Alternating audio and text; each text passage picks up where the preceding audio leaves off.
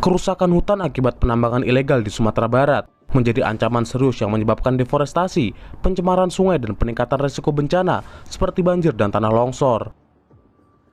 Data Dinas ESDM Sumbar mengungkap saat ini terdapat 200-300 titik pertambangan tanpa izin yang tersebar di beberapa wilayah. Tambang-tambang liar ini mayoritas beroperasi di daerah aliran sungai yang sangat krusial untuk penahan alami banjir. Ironisnya, praktek kotor ini diduga kuat dibacking oleh aparat dan miliaran uang setoran tambang mengalir deras ke petinggi kepolisian setempat. Sekali lagi, institusi kepolisian harus menerima catatan kelam atas peristiwa yang ditorehkan oleh anggotanya sendiri. Kali ini Kasat Reskrim Polres Solok Selatan AKP Ulil Rianto Ansari tewas ditembak oleh Kabag Ops Polres Solok Selatan AKP Dadang Iskandar. Pada November 2024, Ajun Komisaris Polisi Rianto Ulil Ansor, Kasat Reskrim Polres Solok Selatan, tewas di tangan rekannya sendiri setelah mengamankan pelaku tambang ilegal. Rianto Ulil bersama timnya memang sudah beberapa kali menindak tegas para pelaku tambang ilegal yang selama ini meresahkan warga setempat. Namun, tindakan tersebut menimbulkan pro dan kontra, terutama di kalangan anggota kepolisian sendiri. Salah satu yang tidak sepakat adalah Ajun Komisaris Polisi Dadang Iskandar, Kepala Bagian Operasional Polres Solok Selatan. Konflik keduanya berawal dari Dadang Iskandar yang marah karena rekannya ditangkap oleh Rianto karena terseret kasus tambang ilegal. Dadang meminta rekannya itu dibebaskan, tapi tidak direspon oleh Rianto. Kesal permintaannya tidak ditanggapi, Dadang naik pitam dan tanpa ragu menembak Rianto menggunakan pistol miliknya. Penembakan Rianto bukan sekedar kasus polisi lawan polisi, tetapi sebuah konfirmasi bahwa pertambangan ilegal di Sumatera Barat kerap mendapat backingan aparat kepolisian. Kasus ini juga menjadi jawaban mengapa tambang ilegal di provinsi ini terus-menerus terjadi meskipun puluhan nyawa telah melayang dan bencana ekologis terus berulang. Pada sidang kode etik yang digelar pada 26 November 2024, Dadang Iskandar resmi diberhentikan tidak hormat dari kepolisian. Namun, sidang itu tak hanya menjatuhkan sanksi bagi pelaku, tapi juga membuka tabir gelap di balik kasus tambang ilegal di Sumatera Barat. Dalam sidang itu, terungkap aliran dana ke sejumlah petinggi polisi hingga ratusan juta rupiah per bulan. Kapolres Solok Selatan, AKBP Arif Mukti, disebut menerima aliran dana dari aktivitas pertambangan ilegal di wilayahnya sebesar 600 juta per bulan sejak menjabat pada 2022, atau sekitar 16 miliar selama 28 bulan masa jabatannya saat itu. 2 hari berselang, Kapolda Sumbar Irjen Pol Suharyono memimpin aksi yang disebut sebagai operasi penindakan tambang ilegal di Solok Selatan. Arif yang namanya disebut-sebut sebagai backing tambang ilegal turut hadir dan berfoto bersama di sebuah bangunan yang terbakar di lokasi tambang. Hingga hari ini, tak ada satupun nama yang ditetapkan sebagai tersangka dalam kasus backing tambang ilegal di Solok Selatan. Arif Mukti yang diduga kuat menjadi backing juga tak diproses hukum. Ia hanya dimutasi oleh Kapolri pada akhir Desember 2024. Terlepas dari kasus itu, Solok Selatan memang dikenal sebagai salah satu wilayah di Sumatera Barat yang paling banyak ditemukan tambang ilegal, khususnya emas. Puluhan titik tambang emas ilegal itu merambah hutan lindung dan daerah aliran sungai Batanghari. Aktivitas itu merusak topografi dan bentuk sungai, memicu pendangkalan, dan menghilangkan tutupan pohon ribuan hektar selama bertahun-tahun. Investigasi BNPB dan Pemerhati Lingkungan Hidup pada 2019 menemukan bahwa praktek tambang ilegal di Solok Selatan bukan hanya soal keserakahan individu, tetapi juga jalinan relasi antara para penambang, pejabat politik, dan oknum penegak hukum. Salah satu warga yang juga pemilik lahan tambang mengaku menyetor 10 juta per ekskavator per bulan ke oknum Polres Solok Selatan.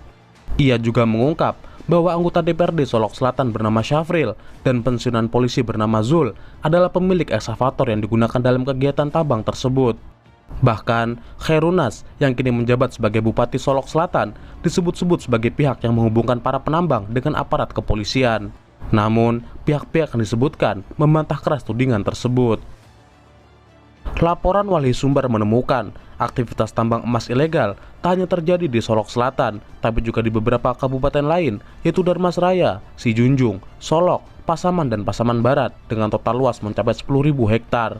Aktivitas itu menyebabkan kerusakan parah pada ekosistem, deforestasi yang masif, hingga pencemaran sungai yang membahayakan kesehatan masyarakat. Lokasi tambang emas ilegal yang menewaskan 4 warga di Kabupaten Sijunjung, Sumatera Barat hanya berjarak sekitar 300 meter dari kantor bupati. Temuan Walhi di Kabupaten Sijunjung lebih mencengangkan. Mereka menemukan aktivitas tambang emas ilegal di Sungai Palangki yang hanya berjarak ratusan meter di belakang kantor Bupati Sijunjung. Aktivitas tambang di dekat kantor Bupati ini pernah menewaskan 4 pekerja tambang pada 2015. Pertambangan legal maupun ilegal di Sumatera Barat tidak hanya menimbulkan kerusakan ekosistem dan memperparah dampak bencana, tetapi juga menimbulkan korban jiwa. Sepanjang 2012 hingga 2024, setidaknya 41 orang penambang liar tewas karena tertimbun material tanah pertambangan. Salah satu insiden terbesar terjadi pada September 2024. Belasan penambang emas ilegal tewas tertimbun longsor galian tambang di Nagari Sungai Abu, Kabupaten Solok yang dipicu hujan intensitas tinggi dan struktur tanah yang labil. Selain tambang emas, tambang batu bara di Sumatera Barat juga merenggut nyawa. PT Nusa Alam Lestari yang memiliki konsesi seluas 94 hektar di Sawah Lunto mengalami ledakan pada 2022 yang mengakibatkan belasan orang tertimbun, 10 ditemukan tewas, 3 luka-luka dan 1 orang kritis. Di luar aktivitas tambang ilegal yang padat di Sumatera Barat, hutan-hutan di wilayah tersebut juga sudah diberikan kepada perusahaan perkebunan dan kayu. Laporan Wali Sumbar menyebut ratusan ribu hektar hutan di Sumatera Barat telah diberikan untuk puluhan perusahaan perkebunan kelapa sawit dan telah dibebani izin untuk perusahaan industri kayu dan hutan tanaman industri. Salah satu wilayah yang paling terdampak aktivitas itu adalah Kepulauan Mentawai. Kepulauan Mentawai merupakan wilayah dengan tutupan hutan tropis tinggi, tetapi menghadapi ancaman deforestasi signifikan akibat penebangan kayu dan izin konsesi logging. Salah satu perusahaan yang hingga kini masih aktif di Mentawai adalah PT Minas Bagelamber.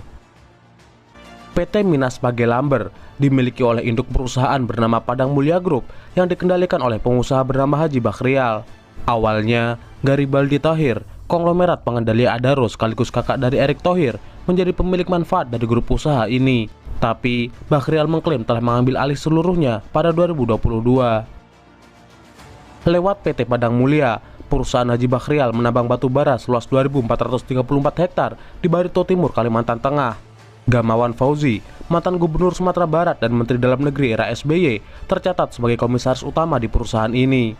Lewat PT Alam Jaya Makmur Sejahtera, Haji Bakhrial memiliki perusahaan konsultan untuk industri minyak dan gas. Sementara di sektor kehutanan, ada PT Minas Bagelamber dan PT Sumber Permata Sipora.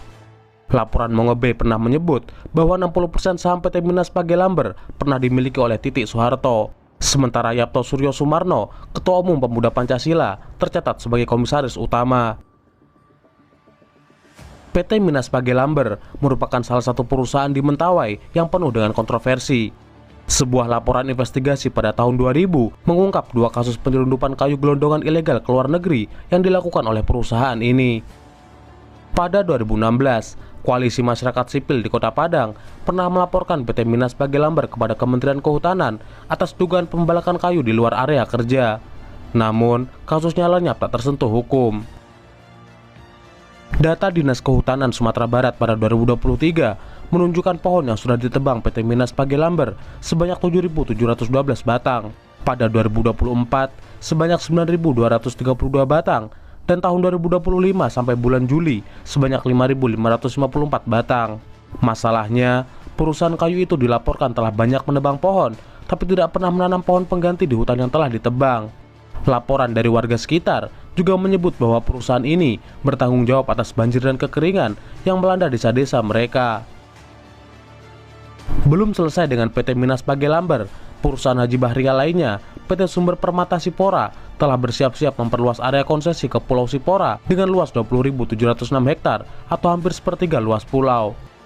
PT Sumber Permata Sipora telah mengincar hutan di Pulau Sipora sejak 2016 lewat pengajuan permohonan izin usaha pemanfaatan hasil hutan kayu dalam hutan alam. Pada 2023, Menteri Investasi Bahlil Lahadalia telah menerbitkan surat persetujuan komitmen PBPH untuk perusahaan ini. Meski belum sepenuhnya beroperasi, 8 desa yang berada dalam area konsesi PT Sumber Permata Sipora mulai cemas terhadap kehadiran perusahaan. Mereka takut rencana pembabatan hutan akan merusak daerah aliran sungai di Pulau Sipora. Jika ditelisik lebih jauh, Kepulauan Mentawai sebenarnya telah lama dikepung perusahaan pemegang izin kehutanan. Pada 1971, pemerintah mengeluarkan izin HPH pada 6 perusahaan besar, yaitu PT Cirebon Agung, PT Jaya Sumber Indah, PT CPPS, PT Bara Union, PT Minas Bagelamber, dan PT Kayu Siberut. Saat ini, hanya sedikit dari perusahaan-perusahaan itu yang masih aktif.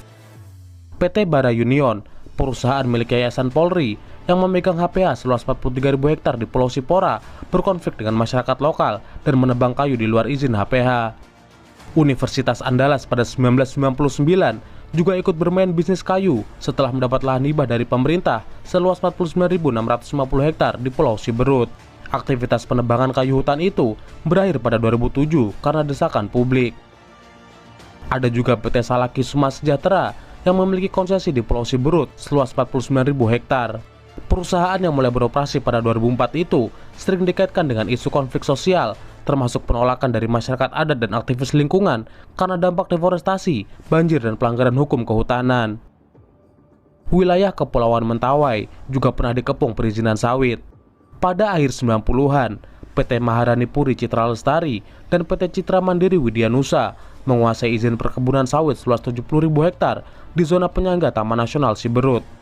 Proyek dua perusahaan yang kerap dikaitkan dengan Abdul Latif dan Titik Soeharto itu gagal karena diprotes masyarakat adat, mahasiswa, dan organisasi lingkungan. Pada 2010, Bupati Kepulauan Mentawai saat itu, Edison Salolobaja, mengeluarkan izin perkebunan sawit untuk 4 perusahaan dengan total 73.500 hektar. Rencana itu juga batal karena mendapat penolakan dari masyarakat, gereja, dan organisasi lingkungan.